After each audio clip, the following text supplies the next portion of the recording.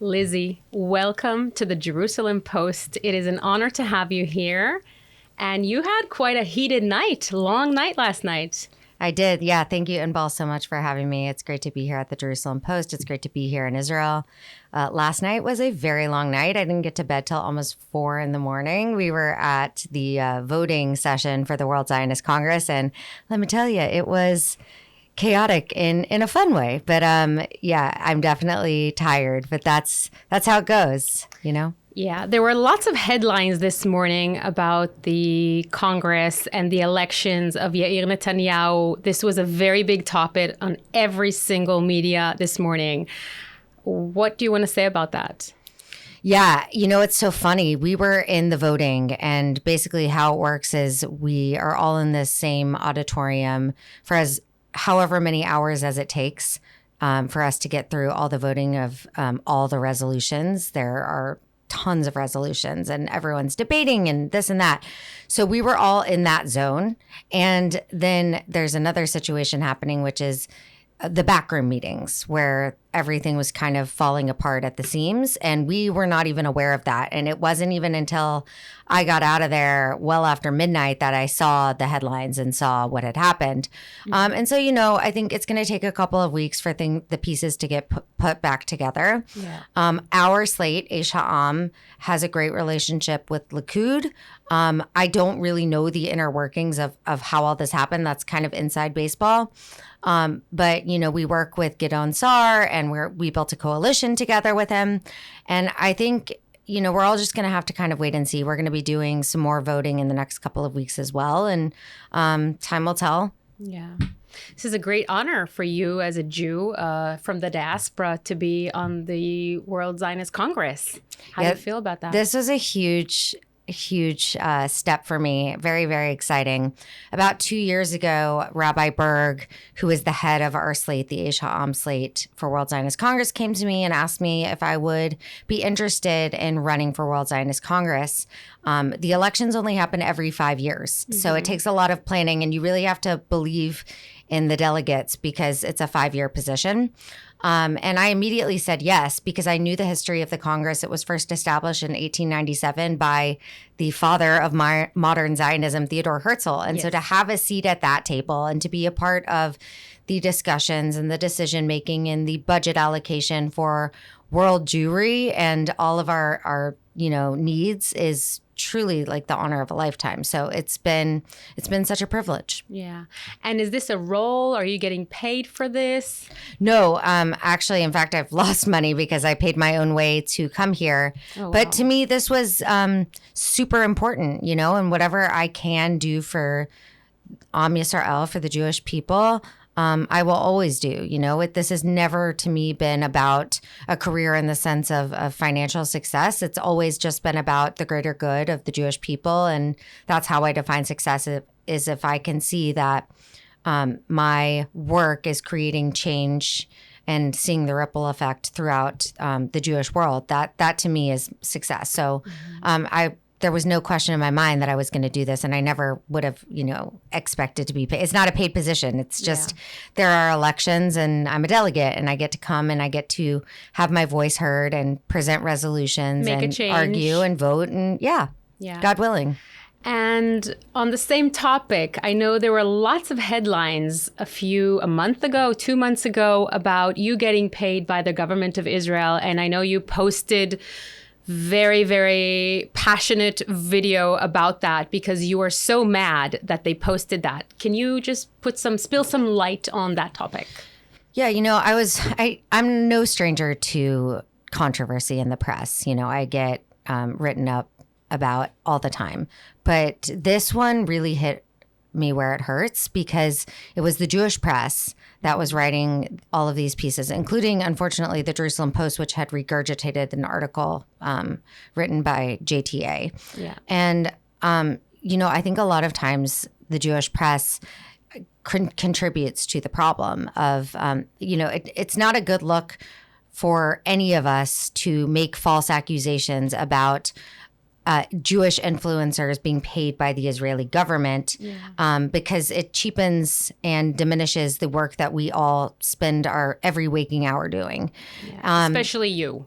Yeah, and like I do all of this work from just the depths of my soul, from my heart. It's never ever been about financial gain, and I'm pretty transparent as well when I am being paid. You know, I do a ton of public speaking. I get paid for that, just like any other public speaker would be paid. But for my actual videos that I make every day, I'm just speaking my truth, or the truth, what I believe, and nobody's telling me what to say. And I think it also, for me, you know, I would never want to be paid by the government for my content, because I want to be able to speak freely. I want to have that transparency with my audience. I want them to be able to trust me, to know that I'm telling them the truth as I see it. And, you know, I have no other I have no ulterior motive other than protecting the Jewish future. You speak your heart, and you always. And, you know, I'm not being paid by the Israeli government. It's also a dangerous accusation, because if I was being paid by a foreign government and I'm not registered as a foreign agent with the United States, I could literally be arrested. It is illegal. So it's wrong on so many levels. And I understand to some degree why it happened. The press saw that I was at a meeting, with Bibi Netanyahu, a very small meeting. At the same time that this WikiLeaks came out, that there was, which I had never even heard of it. I still have no idea anything about this WikiLeaks, about Project Esther, I think it was called, or something. And there was a budget for influencers. I don't know anything about that. Nobody from the Israeli government has ever offered me $1 for anything that I do. I have never even so much as taken a reimbursement when I've been invited to their events for a taxi ride, for a coffee, nothing. I have paid for everything out of my own pocket, because this is what I believe in, and this is what I can do and bring to the table. And it comes from the depth of your heart, which is the most important thing. Yeah. And I know there was a lot of controversial feelings in Israel about someone talking, you know, about the government from the outside. And I know that your opinion is very, very strong. And how does that change what you're sharing, or how do you feel about that? My strategy really is to always just be as honest as possible, and to tell people how I'm feeling and what my views are, even if I know that they're not going to like them. You know, I've done this throughout my career in this space, and knowing that, you know, people are going to be upset with me, but it's so important to me to have that level of authenticity and trust with my followers, that even if they're not going to like it, they know that I'm speaking as Lizzy Savetsky. Nobody's telling me what to say. But here's the thing. I would always support the leader of Israel, no matter which political party they came from, right, left. As an American Jew, it is my job to support Israel and the leadership unequivocally. And so, of course, if the Prime Minister of Israel comes to America and wants to have a meeting and address my concerns, then I'm honored and humbled that he would want to take the time to do that. And I would meet with any prime minister, you know? And I think I do happen to very much appreciate and align with a lot of the things that Prime Minister Netanyahu has done, especially in regards to the war. And a lot of people disagree with me about all of that. And I think that's okay. You know, that's what it means to be Jewish. We're all going to have different opinions. The thing that really breaks my heart is that I find a lot of times when people that are left of me disagree with me, they completely write me off. They start attacking me with these ad hominem attacks, you know, attacking like my appearance or something, or making up lies that I'm being paid by literally, I know where this rumor came from about me being paid by the government. It came from the Jewish left wing, and I'm not going to name the person, but I know who started it. And that to me is just so sick, because it hurts all of us. It hurts every single Jewish person on the face of the earth when rumors like that circulate. So they were just trying to make you look bad so people don't listen to you anymore. And basically it was coming from there. It only backfires, though. Yeah, it did. Yeah. It is. And now we're clearing everything up. So that's very, very important. Yeah. And Lizzy, you're a Jew from New York, and you are facing your own new battle, which has been going on for a few months now, the elections in New York City. Yeah. And unfortunately, it seems like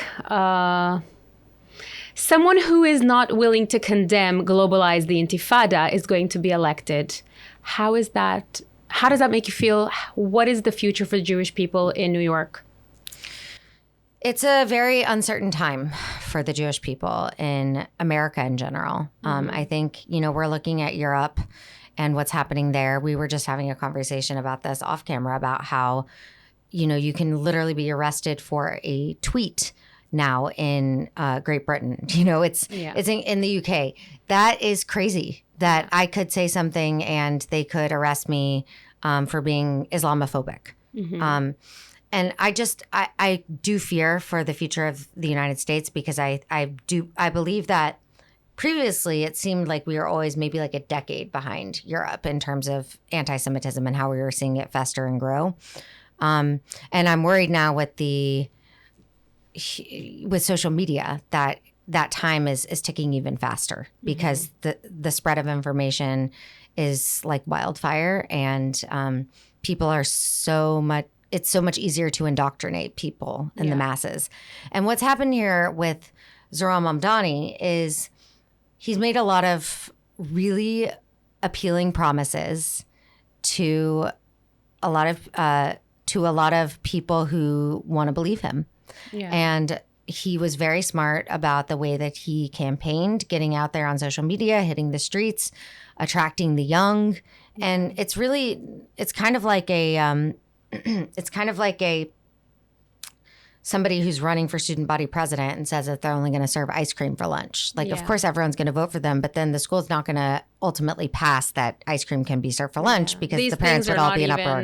They can't even pass, right? I think a lot of it can't. But the reality is, if Zohran Mamdani becomes mayor, it will get more uncomfortable for Jews in New York City. That is the bottom line.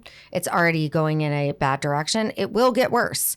I don't think that this is the time to throw in the towel. I am not a fan of people saying if Zohran Mamdani wins, I'm running, I'm moving. Although a lot of people will move because I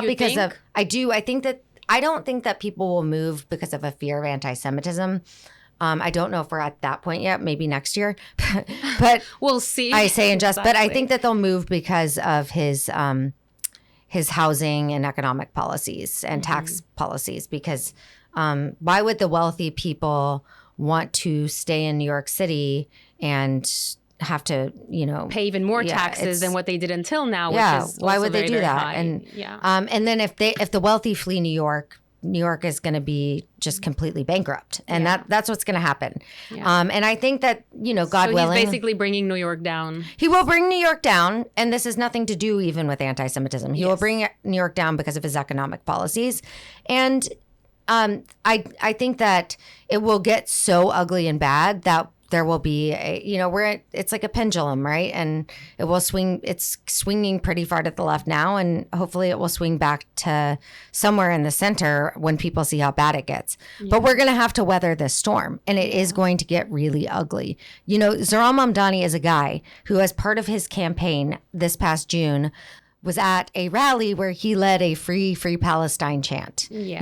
He's That's one worrying. Of the leaders of this. He's best friends with Mahmoud Khalil, who now President Trump is trying, and Marco Rubio are trying to deport because he was the the leader of all of these initiatives at Columbia promoting the globalize the Intifada message. And he was, a Jordanian national who came into this country, a 39-year-old who then becomes a grad student at Columbia and living in student housing. I mean, there's a lot of fishy questions. Yeah. And Mamdani is like besties with him. And, I have a lot of questions. I'm worried, but I'm not running away. I think that's not the answer. And throughout our history, we've always had to face these kinds of issues head on. And that's what we'll do here.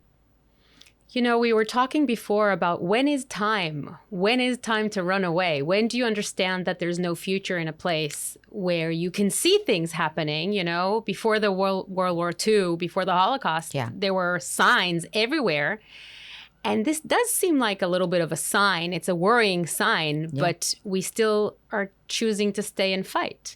You know, my rabbi, who I love, Rabbi Goldschmidt, said that we are a 3,300-year-old people. Why are we scared of a 33-year-old politician? And I think that there is some truth to that, but I'm not sure that I completely agree with it because, yes, of course, the Jewish people are eternal, but this is going to get ugly. And it's not just about Zohran Mamdani becoming mayor. It's about the consequences that will take place in the rest of the country. Because, you know, when New York City sneezes, the rest of the country catches a cold. It's really the epicenter of all things in America. Yeah. And so and what it's the biggest, largest group of Jewish people living in New York, right? Outside of Israel. Yeah. So what this says to the rest of the country is that an inexperienced left-wing radical socialist is now a kosher candidate. Yeah. And it's going to, you will see a ripple effect throughout the rest of the country. And it's just like with anti-Semitism, you know, we become so desensitized to statements like Free Palestine, statements like globalize the Intifada.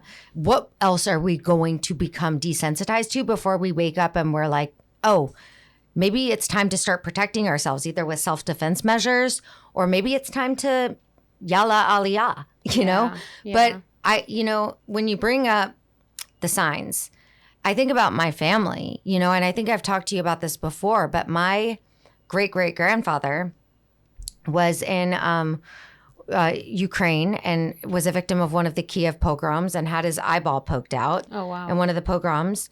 And that was the time that it was, you know, pre-Holocaust era. But after he had his eyeball poked out, he said, okay, maybe we don't really have a future here in the shtetl and it's time to go to America. But that is a really tough decision, you know, for people. And that's where I come from, is people that literally left everything behind because they knew that if they stayed, they would be murdered. And the children who he had that did not leave were murdered in the Holocaust.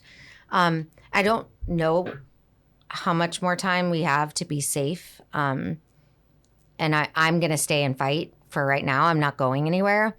I think, you know, we have an obligation. I'm not ready to throw in the towel. But we're going to have to be vigilant. And 10 years, it could be less. But the way things are going, I'm not so sure that America is going to be a safe place for Jews. And not to be super morbid, but Ira and I, my husband, Ira and I were just talking about, we just lost a very, very close friend. And we were at the cemetery and we were talking about where we wanted to be buried. And, you know, this is such a crazy conversation to have. I just turned 40. I'm not planning on dying for 80 more years, God willing. Exactly. But I was like, you know what? I want to be buried in Israel because I went on the Holocaust tours in Poland and I visited. And you saw what happened to the graves there. Well, and I visited my ancestors and I don't want my progeny to have to come to a ghost town where Jews used to live to be able to pay their respects to me and to see where I'm buried. I want to be where the future is. And I just don't know if that's America. I think that the future is here in Israel. You know, I'm American. I was born in Florida. I made Aliyah when I was 9 years old. And for me to hear what you're saying and to see what's actually happening makes me so sad because I always thought that America is a safe place for Jews forever. Everyone did. I never We were very naive. A few years ago when things started getting really bad in Israel, I even went with my kids and I got them American passports, citizenship. And I never thought that actually the only safe place for Jews is Israel. This is the only place. And I think that's what Golda Meir meant when she said that we Jews have a secret weapon. We have nowhere else to go. Yes. This is it. This is home. That's why we need to fight. And that's why you're doing everything you're doing, not getting paid for. 100%. And, you know, for me, as much as it's important to fight anti-Semitism, the most important priority to me as a Jewish person is protecting and securing the state of Israel, because this is, I don't even like to use the term insurance policy, because I need Israel. I think it was Elie Wiesel who said, as a Jew, I need Israel. I don't need to live here, but I cannot live as a Jew without Israel. Israel, the Jewish people without Israel cannot exist in a safe way in this world. And that is why Theodore Herzl founded the World Zionist Congress. And that is why I'm doing everything in my power to protect Israel. And the only weapon I have is my voice. And so that's what I'm doing. So how can you explain the fact that I know between 10 or 12% of Jews in New York are voting for Mamdani? Do they not see the clear signs that they're still Jewish, even though they are very left-wing? I think it may be even more from what I heard, the percentage. Here's the thing about that. You know, it says that 80% of the Jews did not leave Egypt. And they did not make the decision to go into the desert and to go to Mount Sinai and to receive the Torah. They decided to stay behind in Egypt because that was the sin they knew, the risk they knew versus the risk they didn't know, which is going out into the unknown. And they chose comfort over truth. And that, or they died in the sea when it came back together. And that is how I think the Jewish people have been ever since that. That's truly like the beginning of our story. And I think that the majority of Jews have a really hard time accepting reality. And they want to believe the lies because it's easier and it's more comfortable. Because if you accept something as the truth, gosh, that's really scary. And that means we have a lot of work and a lot of responsibility. And I also think that it's our own fault in a lot of ways. And one of the things that I say so often is that we have tikkun olam'd ourselves into oblivion because we have been so concerned with helping every other marginalized group that we have neglected ourselves. And even now, when we are in the line of fire ourselves, we are still holding out hope that all these people that we stood with are somehow going to like us and accept us if we stand with them and against our own people. And that is naive, and it is suicidal empathy. And it's wrong. And, you know, a lot of times it's rooted in good-hearted humanitarian mindset, but it is completely misguided, and it will only hurt all of us. And do you see a future for your children in colleges in New York with everything that's going on? Can you imagine that, or is that something that's totally out of your mind at the moment? I mean, if you were to ask me that today, absolutely not. And a lot of the motivation that I have to get up every day and keep doing this, especially when my own people and the Jewish press and I'm getting attacked from every angle, is my own children and ensuring their future. And if they wanted to go to college in America, I would want them to be able to have whatever opportunity that they wanted. I wouldn't want them to have to feel like they couldn't do something because it may not be safe for them. And you know what, though, the kids that I am raising, God willing, are so obsessed with Israel and being Jewish that they wouldn't want to put themselves in that environment. You know, my daughter we were just talking about this, my daughter who's almost 13, she's in 7th grade. All she talks about is wanting to move to Israel and join the army and go to the IDF. And she says, you know, I'm going to stay in Israel. I'm going to go to school there. I'm going to meet a really hot Israeli and get married. I'm like, good, do that. I think that I would be so proud as a parent. And of course, it's extremely scary to have your child in the army. I know your son is in the army.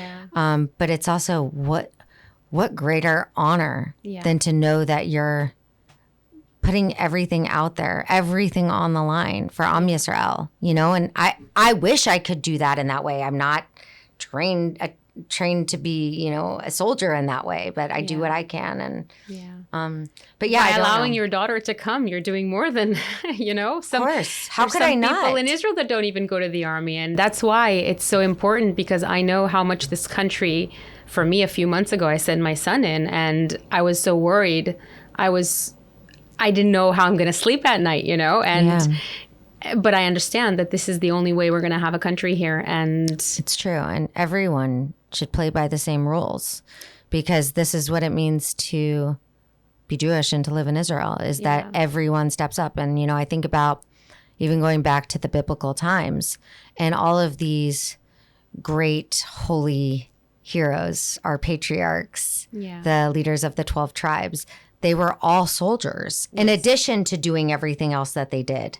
Nobody said, oh, that's not for me. I'm too important. I'm going to let the other people go to war. Yeah. You know, I think every single person here has an obligation to protect the state of Israel. And, you know, that's just how I feel. And I don't even necessarily feel permitted to have an opinion about that, because I'm an American Jew and I don't have the same obligation to serve in the military and to send my children to the military. But if I lived here, I would, of course, be honored and also, anxious as hell, because I see moms like you and I talk to a lot of them and I know they're up at night. They don't know where their kids are. They don't hear from them for a couple of weeks. Exactly. They hear these horror stories.